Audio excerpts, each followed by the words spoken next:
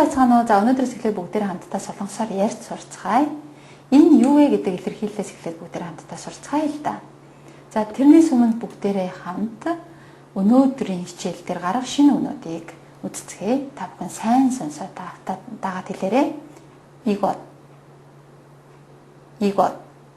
Би 2 удаа давтаж хэлнэ. Та бүхэн сайн сонсоод давтаад хэлээрэй. Дагаад хэлээрэй.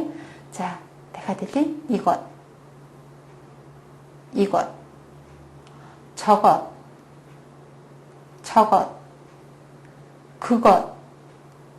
그것. За энэ чинь харах юм бол 저것, 그것 хоёулаа тэр гэсэн орчуулгатай байна. За энэ ямар учиртай юм бэ гэдэг бүгдээрээ хайчиндаа мэдэх болно. Санаа зовлтгүй. За 무엇, 컵, 가방, 사과. 자, 일름 гэдэг үгэн дээр явж байна. сайн харж байгаа цөмөрөн 사과, 시계, 책, 연필. 자, сайн анзаарч байгааз энэ бичигдснээр унших юм бол 연필 гэсэн байна тийм ээ. 연필 гэсэн байна. А гэтэл дуудахдаа 연필. Энэ энэ үсэг 미음ээр дуудаж байна. Им болж дуудаж байна тийм ээ. 연필 биш 연필. Бид нар сайн байна уу гэж бичээд сайн байна уу гэж хэлдэг. Яг тэрнтэй адилхан үзэгдэл авах нь тийм ээ. 연필. За энэ пи бүсгийн нөлөөгөөр энэ үсэг им болж дууддаг тастай болж байна. Тэгэхээр тийм учраас 연필 болсон байна. За тэрний дараа чи юу? 창문, 라디오, 한국어. 자, энэ чнээс ч гэсэн та бүхэн анзаарч байгаа. 한국어 гэсэн байна тийм ээ. Үеэр нь тастаад унших юм бол 한 хэлний үзүүрийн энэ байна да. Тэгээд 국어 гэсэн байна. А гэтэл сайн сонсороо 한국어.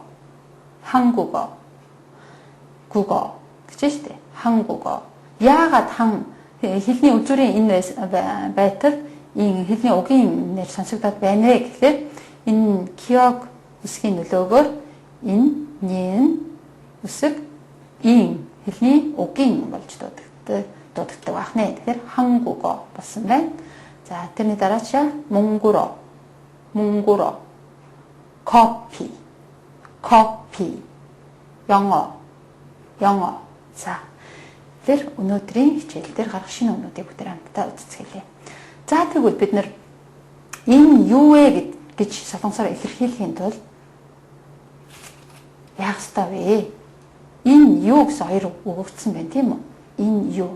Энэ юу гэсэн хоёр үгийг бид нар өгүүлбэрээр илэрхийлэх холбоод өгүүлбэрээр энэ юу вэ гэж илэрхийлэхийн тулд юуг анхаарах ёстой байна вэ гэдгийг үздэцгээе. За энэ чинь үзэх юм бол энэ юу вэ гэдгийг солонгосоор 이것은 무엇입니까? 이것은 무엇입니까? асуулт тийм үү? Асуулт. Тийм учраас асууж байгаа учраас дэше өгсөж байна. 까. 이것은 무엇입니까? 이것은 무엇입니까? 자, 이것은 무엇입니까? 자, энийг төмөр хамтдаа харцгаая. 이것 гэсэн үг өгөгдсөн тийм ээ. нэр үг. Англиар n гэж тэмдэглэсэн нэр үг гэсэн үг тийм ээ. noun гэсэн үг шүү дээ. За энэ нэр үгийн хойно 은 юм уу нэнийг залгаад дахиад 무엇 гэдэг чинь бас нэр үг байх нь тийм ээ. Тэрний хойно имнийга залгаад энэ юу вэ гэсэн өгүүлбэрийг бүтээсэн байна. 자, 이것은 무엇입니까? Энэ юу вэ гэсэн үг тийм ээ. За, ямар тохиолдолд өнийг залгаад, ямар тохиолдолд нэнийг залгаад байна вэ? Хамтдаа үздэцгээе. Дэвсгэр үсэг байх тохиолдолд 은 нэг залгаад, дэвсгэр үсэг байхгүй тохиолдолд нэнийг залгах нэ. жишээлбэл 이것은 гэсэн байна тийм үү? 이것 гэдэг энэ үг, энэ гэдэг үг 시옷 гэсэн дэвсгэр үсгээр төгссөн байна тийм үү? Дэвсгэр үсэг байгаа учраас юуг залгах ёстой? Энэ дөрмийн дагуу дэвсгэр үсэг байгаа. Энэ байхгүй гэсэн тэмдэглэгээ шүү дээ тийм ээ.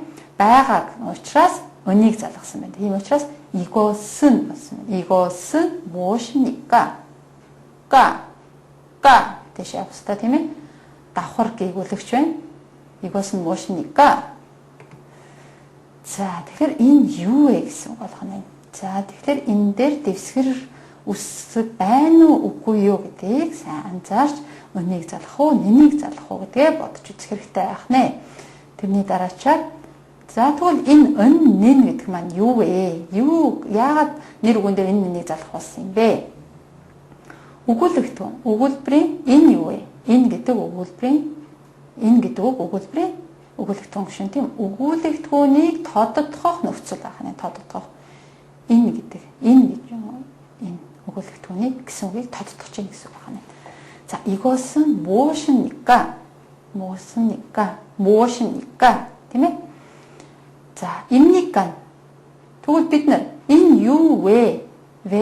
Монгол хэлэнд бол вэ гэсэн асуух өгүүлбэр байна тийм ээ? Вэгээр төгсөөд байна да. Гэтэл солонгосонд 입니까 болоод байна. 입니까 энэ нь сонсож байгаа хүнийгээ хүндэтгэлсэн албан ёсны хэлбэрээр өгүүлбэрийг дуусгасан байна. Солонгос хэлэнд хүндэтгэлийн хэлбэр гэдэг маш чухал байр суурийг эзэлдэг.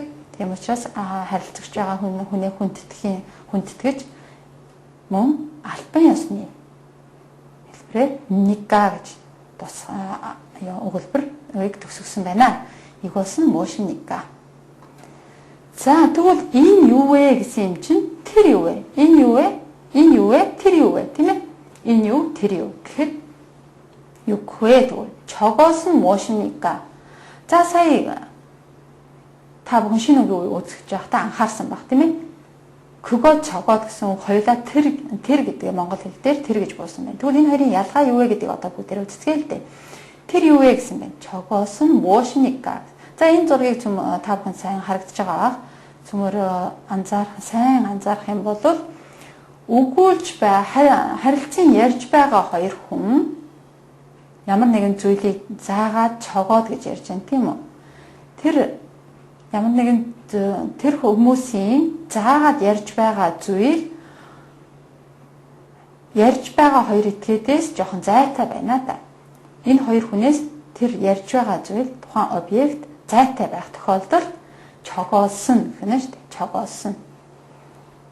Ярьж байгаа хоёр хүнээс тухайн зүйл зайтай байх тохиолдолд чогоосон гэж байна. 저것은 무엇입니까? За энийг яаж унших ёстой вэ? Дэвсгэр үсгийн ард ихшгээр хэлсэн нөхцөл залгах тохиолдолд дэвсгэр үсэг хойд үе рүүгээ шилжиж унших ёстой гэж бид нар түрүүчийн хичээл дээр үзсэн байгаа. Тийм ээ тэгэхээр 저것은 болох нь 저것은 무엇입니까? Энэ ч үсэндээ ялгаагүй хоошоо шилжиж 무엇입니까? гэж 무엇입니까? 저것은 무엇입니까? За тэгвэл тэр 아이고 энд чигсэн тэр гэдэг гарч. Гэтэл солонгос хэлэндээ 그것은 컵입니까? гэж асуусан байна. 그것은 컵입니까? За 그것 ямар тохиолдолд тэгвэл 그것 гэж хэрэглэдэг юм бэ? 그것 гэж хэрэглэх тохиолдолд асууж байгаа хүнээс зайтай хариулах гэж байгаа хүнээс хүнтэй ойрхон байгаа зүйлийн тухай ярихдаа 그것 гэж ярих нь. 그것.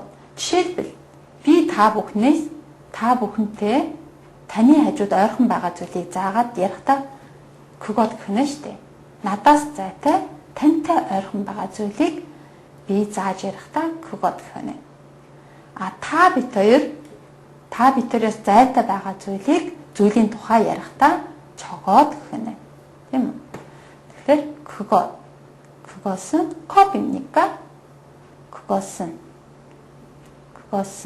자, тэр 아이고 гэсэн байна. Тэр 아이고. 그것은 컵입니까? За энэ юу вэ гэдгийг бид нар үзсэн тийм ээ?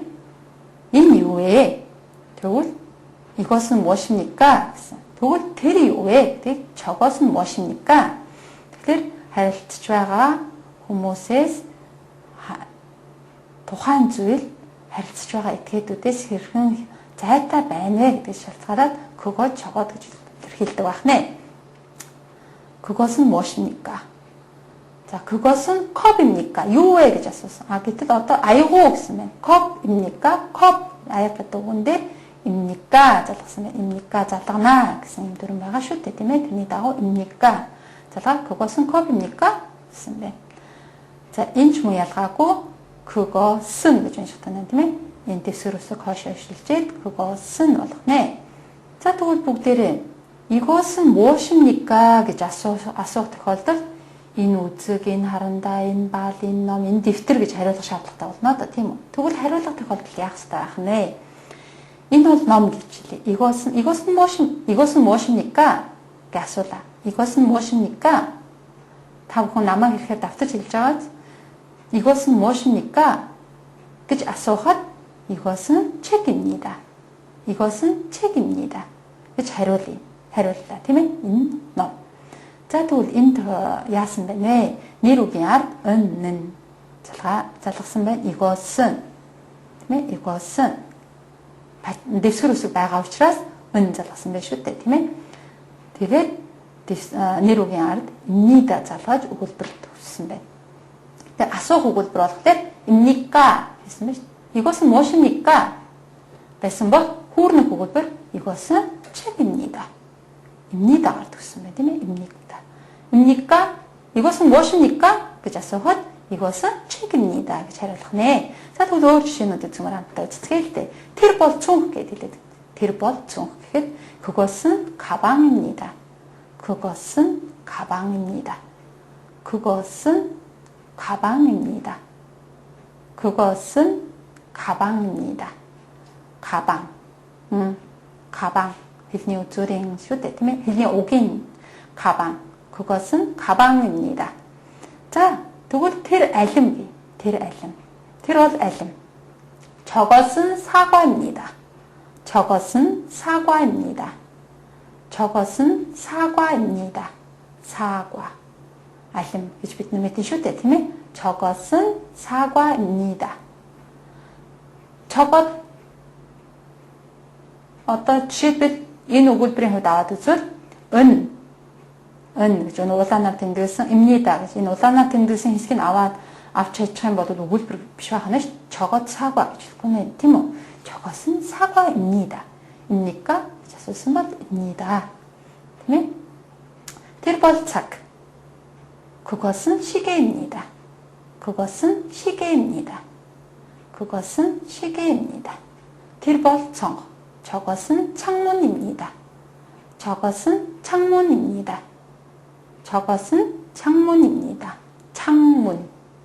저것은 창문입니다. 자, тэгвэл дараачаас бүгдээрээ 토야 бат хоёр харилцан ярьсныг сонсцгоё л да. 토야 асууж 이것은 무엇입니까? 그것은 책입니다. 저것은 무엇입니까? 저것은 연필입니다. 자, дахиад 이것은 무엇입니까? 그것은 책입니다. 저것은 무엇입니까? 저것은 연필입니다. 자, 이것은 무엇입니까? 인 이후에 그것은 책입니다.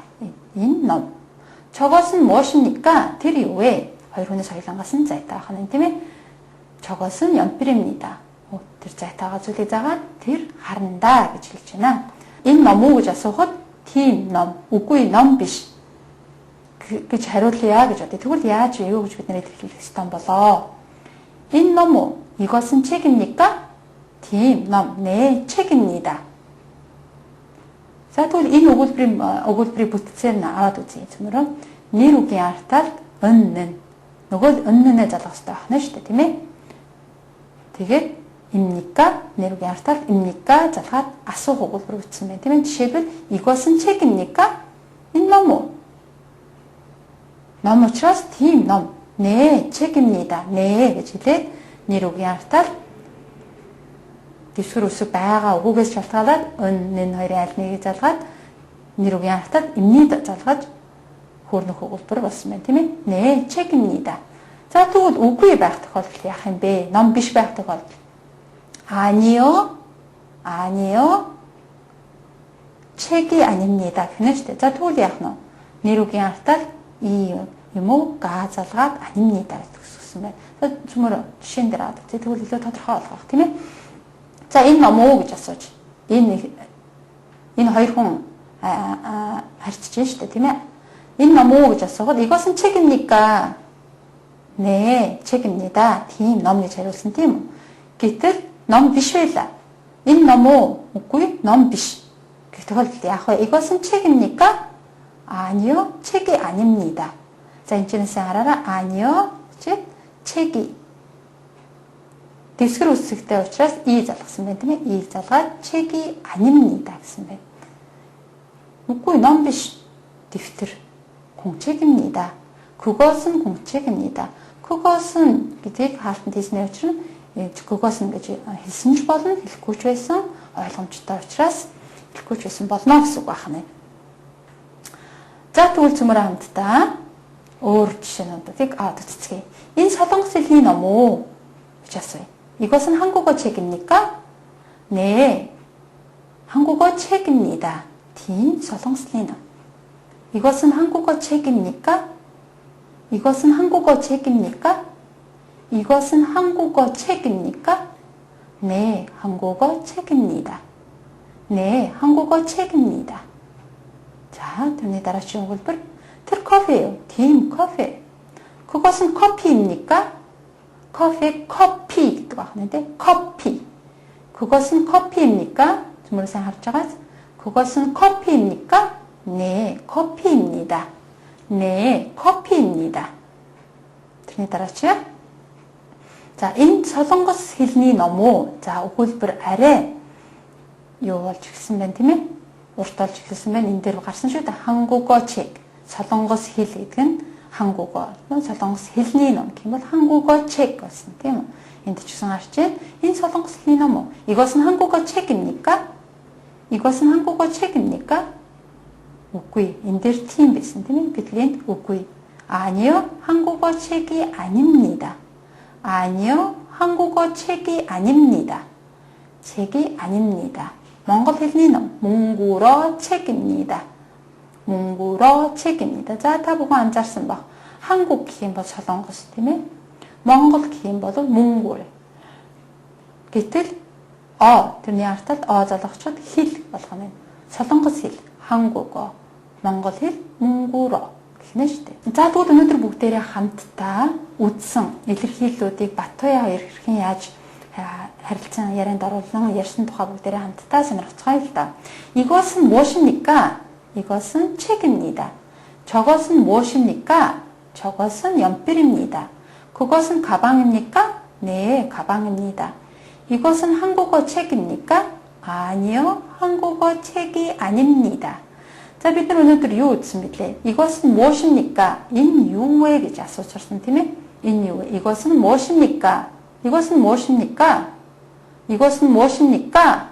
까. 네? гэдэг анхаарах хэрэгтэй.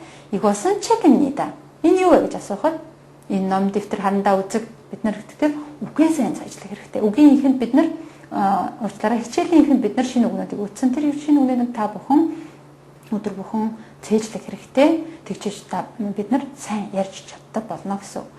이것은 책입니다. энэ ном, энэ дэвтрийн харандаа хариулах хэрэгтэй тийм ээ. 저것은 무엇입니까? тэр юу вэ? 저것은 연필입니다. тэр харандаа. 그것은 가방입니까? тэр цүнхүү. 네, 가방입니다. тийм тэр цүн. тийм үгүй гэдэг хариултыг бид нараас үзсэн. 이것은 한국어 책입니까? 아니요, 한국어 책이 아닙니다. үгүй солонгос хэлний ном биш гэсэн тийм ээ. Тэгэхээр үгүй биш гэдэг хариултыг илэрхийлэхийн тулд бас юуг анхаарах ёстой вэ гэдгийг энд улаанаар бүгдийг тэмдэглэж өгсөн байгаа учраас та бүхэн сайн давтамж уншиж, хэлж, дагаж хэлж ярьж сурахыг та бүхнээс хүсэж байна. За ингээд өнөөдрийнхөө хичээлийг үгээр өндөрлцгөө та бүхэн энийг харахад энэ юу вэ гэж асуухыг хүсэж байгаа хэрэг тийм ээ. 이것은 무엇입니까? 이것은 무엇입니까? 이것은 탈입니다. 탈. 근데 막이 탈.